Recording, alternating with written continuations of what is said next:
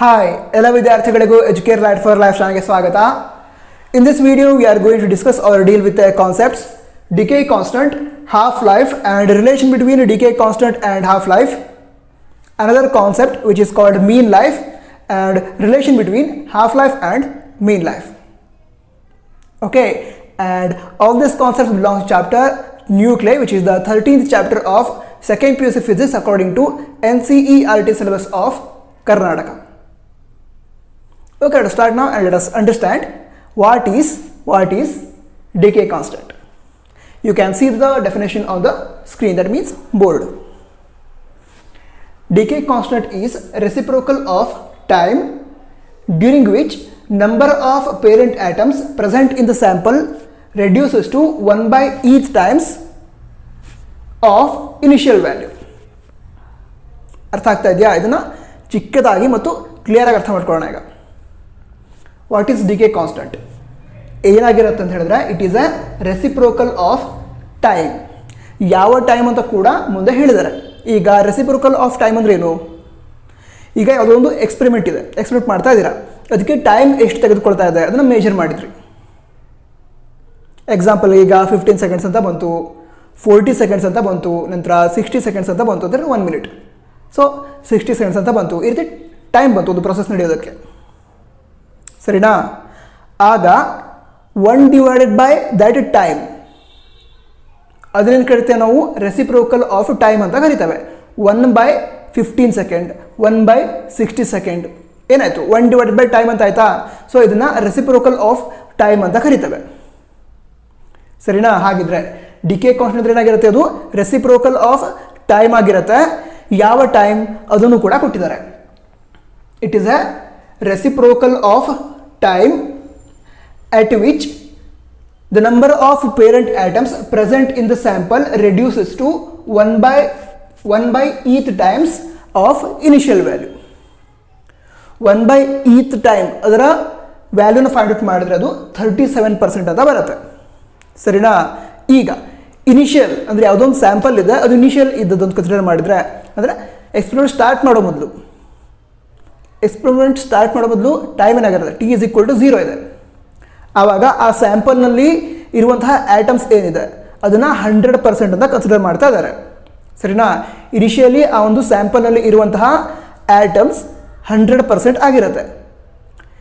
Radio active sample ಅಂದರೆ ಏನಾಗುತ್ತೆ? Radio active disintegration ಆಗ್ತಾ ಹೋಗುತ್ತೆ. ಡಿಸ್ಇಂಟಿಗ್ರೇಟ್ ಆಗ್ತಾ ಹೋದ ರೀತಿ ಆ ಸ್ಯಾಂಪಲ್ನ ಸೈಜ್ ಕಡಿಮೆ ಆಗ್ತಾ ಹೋಗುತ್ತೆ, ಅಥವಾ ಆ ಸ್ಯಾಂಪಲ್ನಲ್ಲಿ ಇರುವಂಥ ನಂಬರ್ ಆಫ್ ಐಟಮ್ಸ್ ಕಡಿಮೆ ಆಗ್ತಾ ಹೋಗ್ತದೆ, ಡಿಕ್ರೀಸ್ ಆಗ್ತಾ ಹೋಗುತ್ತೆ. ಇನಿಷಿಯಲ್ 100% ಆಯಿತು, ನಂತರ ಅದು ಕಡಿಮೆ ಆಗ್ತಾ ಬರುತ್ತೆ, ಹೌದಾ?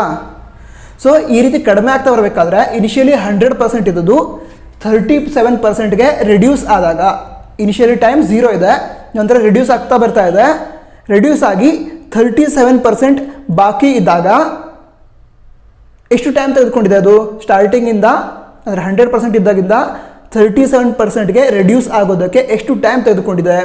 ಆ ಟೈಮನ್ನು ಕ್ಯಾಲ್ಕುಲೇಟ್ ಮಾಡಿ 1 ಡಿವೈಡೆಡ್ ಬೈ ದ್ಯಾಟ್ ಟೈಮ್ ಅದನ್ನು ಕ್ಯಾಲ್ಕುಲೇಟ್ ಮಾಡಿದರೆ ಯಾವ ವ್ಯಾಲ್ಯೂ ಸಿಗುತ್ತೆ? ಕಮೆಂಟ್ ಬಾಕ್ಸಲ್ಲಿ ಬರೀರಿ. ಯಾವ ವ್ಯಾಲ್ಯೂ ಸಿಗುತ್ತೆ ಹೇಳಿ? ಡಿಕೆ ಕಾನ್ಸ್ಟೆಂಟ್ ಅನ್ನೋ ವ್ಯಾಲ್ಯೂ ಸಿಗುತ್ತೆ.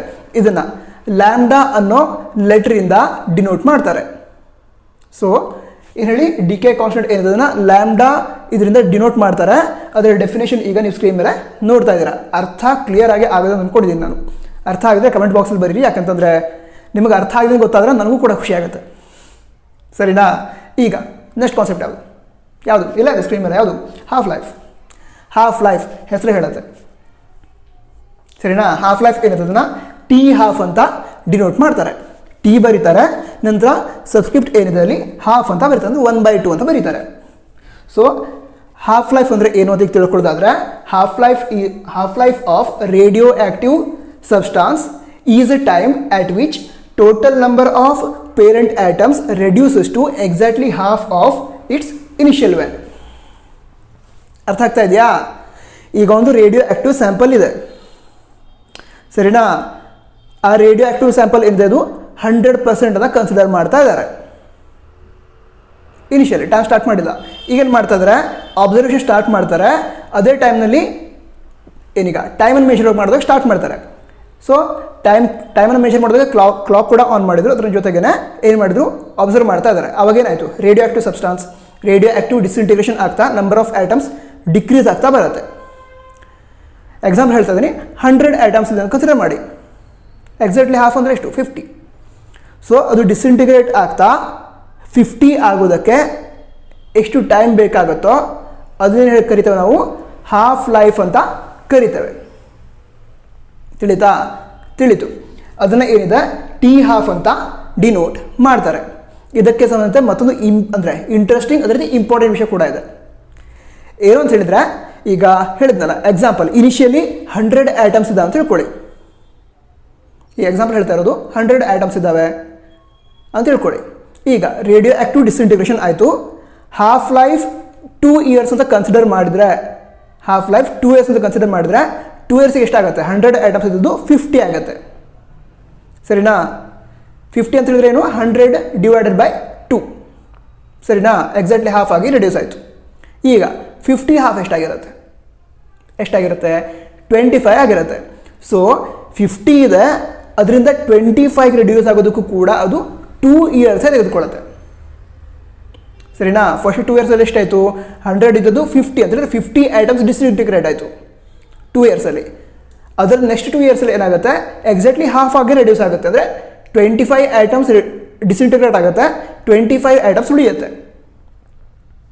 ಅರ್ಥ ಆಯ್ತಾ? ಇದೇ ರೀತಿ ಪ್ರತಿ ಹಾಫ್ ಲೈಫ್ಗೂ ಇನಿಷಿಯಲಿ ಎಷ್ಟು ಐಟಮ್ ಇದೆ ಅಂದರೆ ನಾವು ಕ್ಯಾಲ್ಕುಲೇಟ್ ಮಾಡೋಕ್ಕೆ ಸ್ಟಾರ್ಟ್ ಮಾಡ್ತಿರಲ್ವ. ಅಂದರೆ ಈಗ ಒಂದು ಹಾಫ್ ಲೈಫ್ ಆಯಿತು, ಅದ್ರ ನೆಕ್ಸ್ಟ್ ಹಾಫ್ ಲೈಫ್ ಎಷ್ಟು ಅದನ್ನು ಮೆಜರ್ ಮಾಡಬೇಕಾದ್ರೆ ಅವಾಗಲೂ ಕೂಡ ಆ ಹಾಫ್ ಲೈಫ್ಗೆ ಟೋಟಲ್ ಐಟಮ್ಸ್ ಏನಿರುತ್ತೆ ಅದರ 50% ರಿಡ್ಯೂಸ್ ಆಗುತ್ತೆ. ಅಂದರೆ ಎಕ್ಸಾಕ್ಟ್ಲಿ ಹಾಫ್ ಆಗಿ ಕನ್ವರ್ಟ್ ಆಗುತ್ತೆ, ಡಿಸ್ಇಂಟಿಗ್ರೇಟ್ ಆಗಿ. ಇದನ್ನು ಹಾಫ್ ಲೈಫ್ ಅಂತ ಕರೀತಾರೆ. ಸೊ ರೇಡಿಯೋ ಆ್ಯಕ್ಟಿವ್ ಸಬ್ಸ್ಟಾನ್ಸ್ ಏನಿದೆ ಅದು ಕಂಪ್ಲೀಟ್ಲಿ ವ್ಯಾನಿಷ್ ಆಗೋದಿಲ್ಲ. ಯಾಕೆ ಹೇಳಿ? ಯಾಕೆ 100 ಇದೆ, 50 ಆಯಿತು ಹಾಫ್ ಲೈಫಲ್ಲಿ, 50 ಇದ್ದದ್ದು 25 ಆಯಿತು, 25 ಇದ್ದದ್ದು 12.5 ಆಯಿತು, 12.5 ಆಯಿತು. ಸೊ ಇದೇ ರೀತಿ ಹಾಫ್ ಮಾಡ್ತಾ ಹೋದರೆ 0.0001, 0.000004 ಈ ರೀತಿ ಯಾವುದೊಂದು ವ್ಯಾಲ್ಯೂ ಬಂದೇ ಬರುತ್ತೆ. ಕಂಪ್ಲೀಟ್ಲಿ 0 ಅಂದರೆ ವ್ಯಾನಿಷ್ ಆಗಿಬಿಡಲ್ಲ. ಅರ್ಥ ಆಯ್ತಾ? ಅರ್ಥ ಆಯಿತು ಅಂತ ಅನ್ಸುತ್ತೆ. ಈಗ ನೆಕ್ಸ್ಟ್ ಕಾನ್ಸೆಪ್ಟ್ ಯಾವುದು? Relation between decay constant and half life. ಈಗ ಬೋರ್ಡನ್ನು ಸ್ವಲ್ಪ ರಬ್ ಮಾಡಿ ಮತ್ತೆ ಬರೆದು ಕಂಟಿನ್ಯೂ ಮಾಡೋಣ. ಸರಿ. ಈಗ ನೆಕ್ಸ್ಟ್ ಕಾನ್ಸೆಪ್ಟ್ ಯಾವುದು? Relation between decay constant and half life. In the beginning, let us understand or let us talk about consideration. Okay, yeah. Let N0 be the number of atoms present in the sample initially. ಅಂದರೆ ಆ ಒಂದು radio active sample ಅದ ನಾವು observe ಮಾಡೋದಕ್ಕೆ start ಮಾಡ್ತೀವಿ. Start ಮಾಡಬೇಕಾದ್ರೆ ಅಂದರೆ initial ಸ್ಟೇಜಲ್ಲಿ ನಂಬರ್ ಆಫ್ ಆಟಮ್ಸ್ ಏನು ಪ್ರೆಸೆಂಟ್ ಇತ್ತು ಅದು N0 ಆಗಿರಲಿ ಅಂತ ಹೇಳ್ತಿರೋದು. ಸರಿನಾ? ಹಾಂ, ಹಾಗಿದ್ರೆ N0 is the number of atoms present in the sample initially after certain interval of time T, ಅಂದರೆ ಟಿ ಅಂತ ಯಾವುದೋ ಒಂದು ಟೈಮನ್ನು ಮೆಷರ್ ಮಾಡಿ ಹೇಳಿದ್ದಾರೆ. So after certain interval of time T, number of atoms present in the sample is N. ಈಗ ಅಲ್ಲಿರುವಂಥದ್ದು sample ಯಾವುದು? Radio active sample. So ಅದೇನಾಗುತ್ತೆ, ರೇಡಿಯೋ ಆ್ಯಕ್ಟಿವ್ ಡಿಸ್ಇಂಟಿಗ್ರೇಷನ್ ಆಗ್ತಾ ನಂಬರ್ ಆಫ್ ಐಟಮ್ಸ್ ಡಿಕ್ರೀಸ್ ಆಗ್ತಾ ಬರುತ್ತೆ. ಸೊ N0 50 ಅಂತ ಹೇಳಿದರೆ after certain interval of time 45 ಆಗಿರ್ಬೋದು. So ಈ ರೀತಿ ಡಿಕ್ರೀಸ್ ಆಗ್ತಾ ಇರುತ್ತೆ. ಸೊ ನಾವೇನು ಮಾಡ್ತಾ ಇದ್ದೇವೆ, ಇನಿಷಿಯಲ್ ನಂಬರ್ ಆಫ್ ಐಟಮ್ಸ್ ಏನಿರೋದನ್ನ N0 ಅಂತ ಕನ್ಸಿಡರ್ ಮಾಡ್ತಾ ಇದ್ದೇವೆ. ಅದರಿಂದ ಏನಾಗುತ್ತೆ, ನಂಬರ್ ಆಫ್ ಐಟಮ್ಸ್ ಡಿಕ್ರೀಸ್ ಆಗ್ತಾ ಬರುತ್ತೆ. ಟೈಮ್ ಹೋದ ರೀತಿ ನಂಬರ್ ಆಫ್ ಐಟಮ್ಸ್ ಡಿಕ್ರೀಸ್ ಆಗ್ತಾ ಬರುತ್ತೆ. ಸೊ ಯಾವುದೋ ಒಂದು ಟೈಮ್ ಇಂಟರ್ವಲ್ ನಂತರ ಇನಿಷಿಯಲಿ ಇತ್ತು N0 ಇತ್ತು, ಡಿಕ್ರೀಸ್ ಆಗ್ತಾ ಯಾವುದೊಂದು ವ್ಯಾಲ್ಯೂ ಬಂದಿದೆ, ಆ ವ್ಯಾಲ್ಯೂ N ಆಗಿರುತ್ತೆ. ಆವಾಗ ಟೈಮ್ ಇಂಟರ್ವಲ್ ಏನಿರುತ್ತೆ ಆ ಟೈಮ್ ಇಂಟರ್ವಲ್ ಏನು ಮೆಷರ್ ಮಾಡಿರ್ತೇವೆ ಅದನ್ನು ಟಿ ಅಂತ ಕರಿತಾ ಇದ್ದೇವೆ. ಸರಿನಾ? ಈಗ ಇನಿಷಿಯಲ್ ನಂಬರ್ ಆಫ್ ಐಟಮ್ಸ್, ನಂತರ ಟೈಮ್ ಇಂಟರ್ವಲ್, ನಂತರ ಆ ಟೈಮ್ ಇಂಟರ್ವಲ್ ಆದ ನಂತರ ಎಷ್ಟು ಐಟಮ್ಸ್ ಇದೆ ಅದು ಗೊತ್ತಿದೆ. ನಾವೇನು ಬರಿಬೋದು, ರೇಡಿಯೋ ಆ್ಯಕ್ಟಿವ್ ಡಿಕೆ ಲಾ ಪ್ರಕಾರ ಅದನ್ನು ಇಕ್ವೇಷನ್ ಫಾರ್ಮಲ್ಲಿ ಬರಿಬೋದು. ರೇಡಿಯೋ ಆ್ಯಕ್ಟಿವ್ ಡಿಕೆ ಲಾ ಯಾವುದೀಗ ಅಂದರೆ ಇಕ್ವೇಷನ್ ಫಾರ್ಮಲ್ಲಿ ಬರೆದ್ರೆ N is equal to N0 e raised to minus lambda into T. N ಅಂದರೆ ಏನು? Number of atoms present in the sample at that particular interval of time. The time is t. ಸರಿನಾ? ಹಾಗಿದ್ರೆ initial number of atoms ಯಾವುದಾಗಿತ್ತು? n0 ಆಗಿತ್ತು. Lambda ಅಂದ್ರೆ ಏನು ಗೊತ್ತಿದೆ? Comment ಬಾಕ್ಸಲ್ಲಿ ಬರೀರಿ. ಹಾಂ, ಲ್ಯಾಂಬ್ಡಾ ಅಂದ್ರೆ ಏನು? Decay constant. ಸರಿನಾ? ಹಾಗಿದ್ರೆ ರೇಡಿಯೋ ಆ್ಯಕ್ಟಿವ್ ಡಿಕೆ ಲಾನ ಇಲ್ಲಿ ನಾವು ಬರೆದ್ವಿ. ಈಗ ನಾವು ರಿಲೇಷನ್ ಯಾವುದು ಫೈಂಡ್ ಔಟ್ ಮಾಡ್ತಾ ಇದ್ದೇವೆ? ಡಿಕೆ ಕಾನ್ಸ್ಟೆಂಟ್ ನಂತರ ಹಾಫ್ ಲೈಫ್. ಹಾಫ್ ಲೈಫ್ ಅಂದರೆ ಈಗಾಗಲೇ ಸ್ಟಡಿ ಮಾಡಿದ್ವಿ, ಏನಾಗಿರುತ್ತೆ? It is a time at which the total number of atoms present in the sample initially is reduced to exactly half. Initially n0 ಇತ್ತು, ಅದೇನಾಗುತ್ತೆ? Exactly half n0/2 ಆಗುತ್ತೆ half life ಟೈಮಲ್ಲಿ. ಹಾಗಿದ್ರೆ ಆ ಟೈಮ್ ಇಂಟರ್ವಲ್ ಏನಿರುತ್ತೆ? Half ಲೈಫನ್ನು ಯಾವ ರೀತಿ ಬರಿತಿದ್ವಿ ನಾವು? ಟಿ ಹಾಫ್ ಅಂತ ಬರಿತಿದ್ವಿ. ಅದನ್ನು ಇಲ್ಲಿ ಬರ್ತಿದ್ದೇವೆ. ಏನು ಹೇಳಿ? At a time t is equal to t half. Half life time ಆದಾಗ ಏನಾಗುತ್ತೆ? ಇನಿಷಿಯಲಿ ಎಷ್ಟು ಆಟಮ್ಸ್ ಇತ್ತು ಅಂದರೆ n0 ನಂಬರ್ ಆಫ್ ಆಟಮ್ಸ್ ಇತ್ತು ಇನಿಷಿಯಲಿ, ಅದೇನಾಗುತ್ತೆ? ಎಕ್ಸಾಕ್ಟ್ಲಿ ಹಾಫ್ ರಿಡ್ಯೂಸ್ ಆಗುತ್ತೆ, ಅಂದರೆ n0/2 ಆಗುತ್ತೆ. ಸೊ ಈಗ ಇಲ್ಲಿ ಟಿ ಇದ್ದಲ್ಲಿ ಹಾಫ್ ಲೈಫ್ ಏನು ಅಂದರೆ ಹಾಫ್ ಲೈಫ್ ಆದಾಗ ಏನು ಟೈಮ್ ಇರುತ್ತೆ ಅದನ್ನು ಇಲ್ಲಿ ಸಬ್ಸ್ಟಿಟ್ಯೂಟ್ ಮಾಡಬೇಕು. ಅದೇ ರೀತಿ ಇಲ್ಲಿ n ಇದೆ, ಅಲ್ಲಿ n0/2 ಸಬ್ಸ್ಟಿಟ್ಯೂಟ್ ಮಾಡಬೇಕು. ಅದನ್ನೆಲ್ಲ ಬರ್ತಿರೋದು. ಏನು ಹೇಳಿ? Substituting values of T and N in equation number 1. Equation number 1 ಒಳಗಡೆ ಸಬ್ಸ್ಟಿಟ್ಯೂಟ್ ಮಾಡಿದ್ವಿ. ಸಬ್ಸ್ಟಿಟ್ಯೂಟ್ ಮಾಡಿದ್ರೆ ಏನಾಯಿತು? n ಇದ್ದಲ್ಲಿ n0/2 is equal to n0 e raised to minus lambda t ಇದ್ದಲ್ಲಿ ಟಿ ಹಾಫ್. ಸರಿನಾ? ಹಾಗಿದ್ರೆ ಈ ಇಕ್ವೇಷನಲ್ಲಿ ಟಿ ಇದ್ದಲ್ಲಿ ಟಿ ಹಾಫ್, ನಂತರ n ಇದ್ದಲ್ಲಿ n0/2 ಅಂತ ಬರೆದು ಈ ಇಕ್ವೇಷನ್ ಒಳಗಡೆ. ಸರಿನಾ? ಹಾಗಿದ್ರೆ ಈಗ ಲೆಫ್ಟ್ ಹ್ಯಾಂಡ್ ಸೈಡ್ ಮತ್ತು ರೈಟ್ ಹ್ಯಾಂಡ್ ಸೈಡಲ್ಲಿ ಯಾವ ಟರ್ಮ್ ಕಾಮನ್ ಇದೆ? ಯಾವುದಿದೆ? n0. ಏನಾಗುತ್ತೆ ಹಾಗಿದ್ರೆ? ಅದು ಏನಾಗುತ್ತೆ? ಕ್ಯಾನ್ಸಲ್ ಔಟ್ ಆಗುತ್ತೆ. ಏನಾಗುತ್ತದು? ಕ್ಯಾನ್ಸಲ್ ಔಟ್ ಆಗುತ್ತೆ. ಏನು ಉಳಿತು ಹಾಗಿದ್ರೆ? n0/2 ಇತ್ತು, n0 ಕ್ಯಾನ್ಸಲ್ ಆಯಿತು, 1/2 ಉಳಿತು. ಸರಿನಾ? ಹಾಗೆ ರೈಟ್ ಹ್ಯಾಂಡ್ ಸೈಡ್ ಒಳಗಡೆ ಏನಿದೆ? n0 into e raised to minus lambda t half ಅಂತ ಇದೆ. ಸೊ ಅಲ್ಲಿ n0 ಕ್ಯಾನ್ಸಲ್ ಆಗಿದೆ, ಏನು ಉಳಿತು? Is equal to e raised to minus lambda t half ಅಂತ ಉಳಿತು. ಸರಿನಾ? ಸರಿ ಇದೆ. ಸರಿ, ಈಗ ಹಾಗಿದ್ರೆ ಇಕ್ವೇಷನ್ ಆಯಿತು 1/2 is equal to e raised to minus lambda t half ಅಂತ ಉಳಿತು. ಸೊ ಇದನ್ನು ರೀಅರೇಂಜ್ ಮಾಡಿ ಬರ್ತಿದ್ದು. ಹಾಫ್ ಇದೆ, ಅದನ್ನು ಹಾಫ್ ಅಂತ ಬರೆದ್ರು ಲೆಫ್ಟ್ ಹ್ಯಾಂಡ್ ಸೈಡಲ್ಲಿ. Is equal to right hand ಸೈಡಲ್ಲಿ ಏನಿದೆ? e raised to ಮೈನಸ್ ಇದೆಯಾ?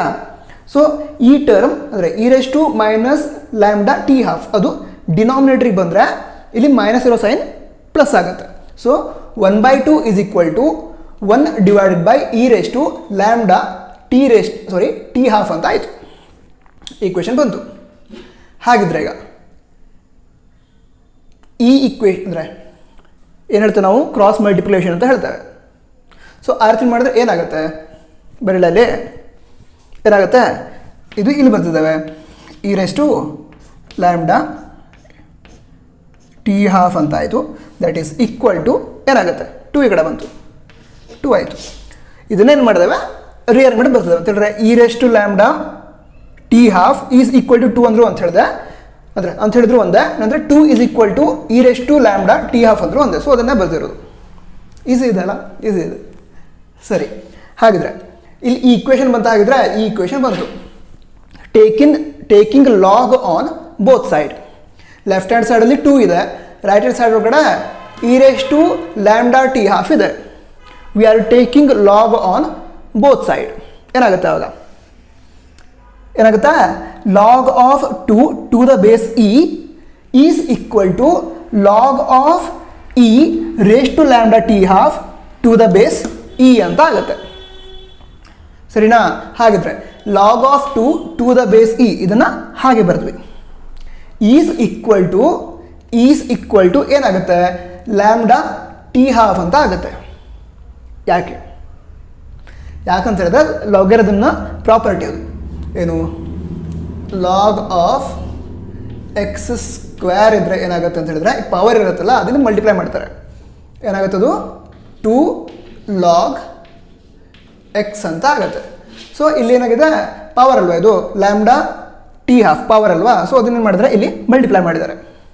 ಸರಿನಾ? ಹಾಗಿದ್ರೆ log of 2 is equal to lambda T half log of e to the base E ಅಂತ ಆಯಿತು. ಸರಿನಾ? ಇಲ್ಲಿವರೆಗೆ ಕ್ಲಿಯರ್ ಆಗಿ ಅರ್ಥ ಆಯಿತು ಅಂತ ಅಂದ್ಕೊಂಡಿದ್ದಾನೆ. ಅದರ ನಂತರ ಇದು ಕೂಡ ಲಾಗಿನ ಪ್ರಾಪರ್ಟಿ. ಏನು ಹೇಳಿ, ಇಲ್ಲಿ ಬರೀಲ್ಲ, ಇಲ್ಲಿ ಬರಿತೀನಿ ಆಯಿತು. ಏನು ಹೇಳಿ, ಓಕೆ, ಇಲ್ಲೇ ಬಂದ್ಬಿಡು. Log of e to the base e ಇದರ ವ್ಯಾಲ್ಯೂ 1 ಆಗಿರುತ್ತೆ. ಇದು ಲಾಗ್ ಅಂದರೆ okay, log of e to the base e value 1 ಅಂತ ಆಗಿರುತ್ತೆ. ನೀವು ನೆಕ್ಸ್ಟ್ ಕಲಿತೀರಾ ಅಥವಾ ಈಗಾಗಲೇ ಗೊತ್ತಿದ್ರು ಗೊತ್ತಿರ್ಬೋದು. ಸರಿನಾ? ಹಾಗಿದ್ರೆ ಇಲ್ಲಿ log of 2 to the base e left hand side ಇರೋದು ಹಾಗೆ ಬರೆದ್ವಿ. ರೈಟ್ ಹ್ಯಾಂಡ್ ಸೈಡಲ್ಲಿ ಏನಾಗುತ್ತೆ, ಲ್ಯಾಂಬ್ಡಾ ಟಿ ಹಾಫ್ ನಂತರ log of e to the base e ಅಂದರೆ ಏನು, 1. ಹಾಗಿದ್ರೆ ಅದರ ವ್ಯಾಲ್ಯೂದಲ್ಲಿ 1 ಇರುತ್ತೆ. ಸೊ ಏನಾಯಿತು, log of 2 to the base E is equal to lambda T half ಅಂತ ವ್ಯಾಲ್ಯೂ ಬಂತು. ಸರಿನಾ?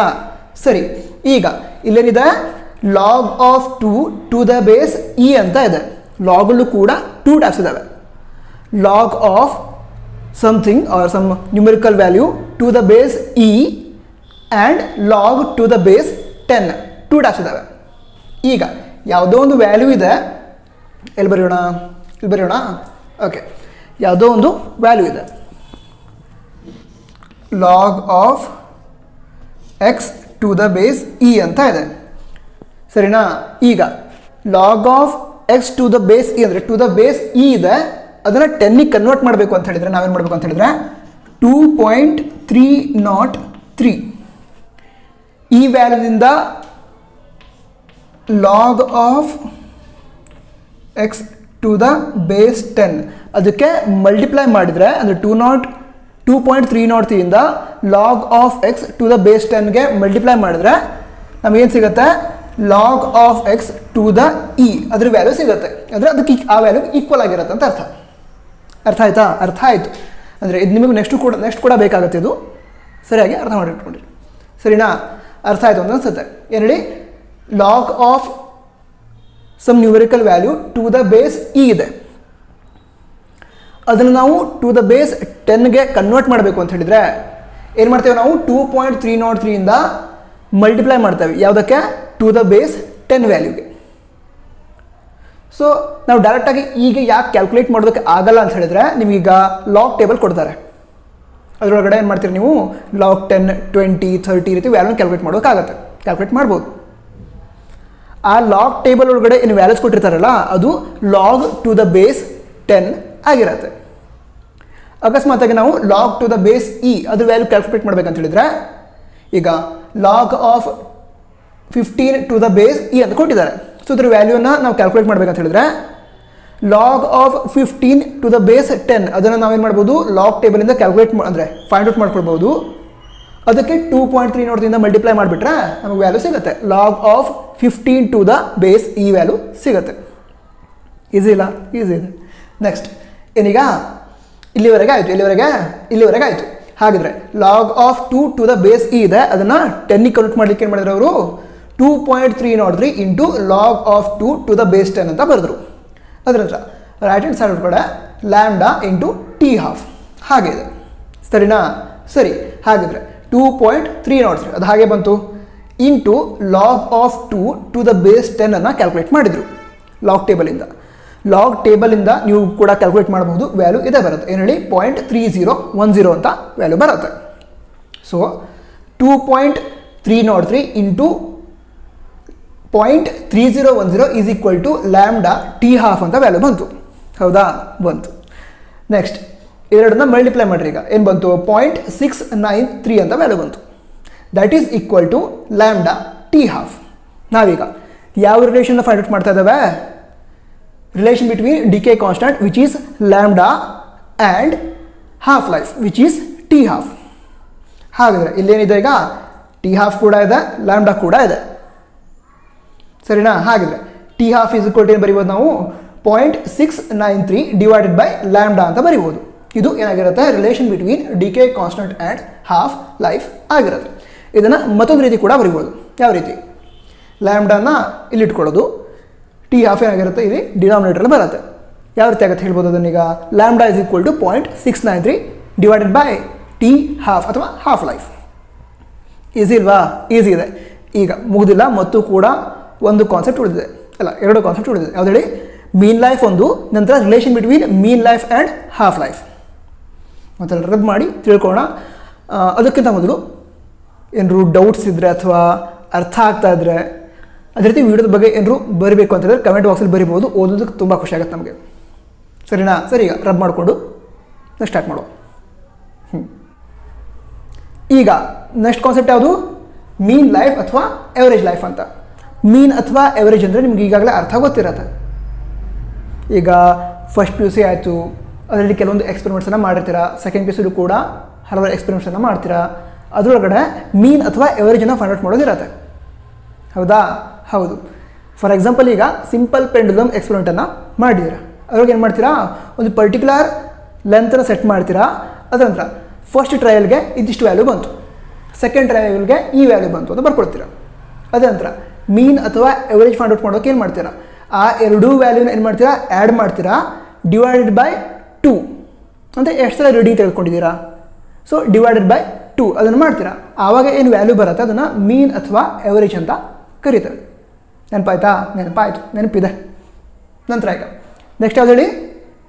ಮೀನ್ ಲೈಫ್ ಅಥವಾ average life in terms of radioactive sample. ಹೀಗಂದರೆ ಏನಂತ ಹೇಳ್ಕೊಳ್ಳೋದಾದರೆ, ಒಂದು ಸ್ಯಾಂಪಲ್ ಇದೆ, ರೇಡಿಯೋ ಆ್ಯಕ್ಟಿವ್ ಸ್ಯಾಂಪಲ್ ಇದೆ. ಅದರೊಳಗಡೆ 50 ಆ್ಯಟಮ್ಸ್ ಇದ್ದಾವೆ.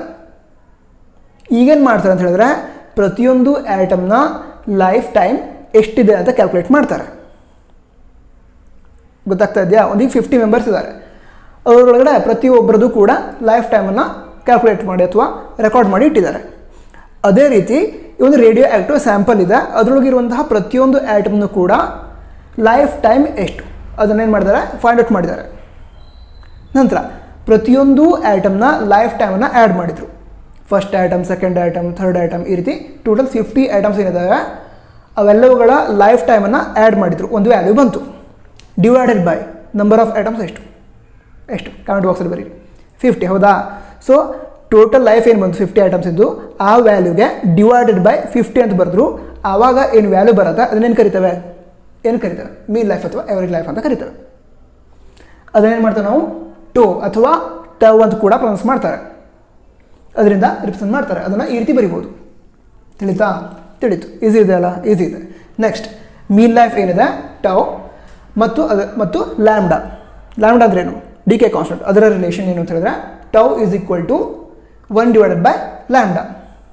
Now we have an equation T half, that means half life, which is equal to 0.693 divided by lambda. From these two equations, ಇಲ್ಲೇನಿದೆ ಈಗ? T half is equal to 0.693 divided by lambda ಇದೆ.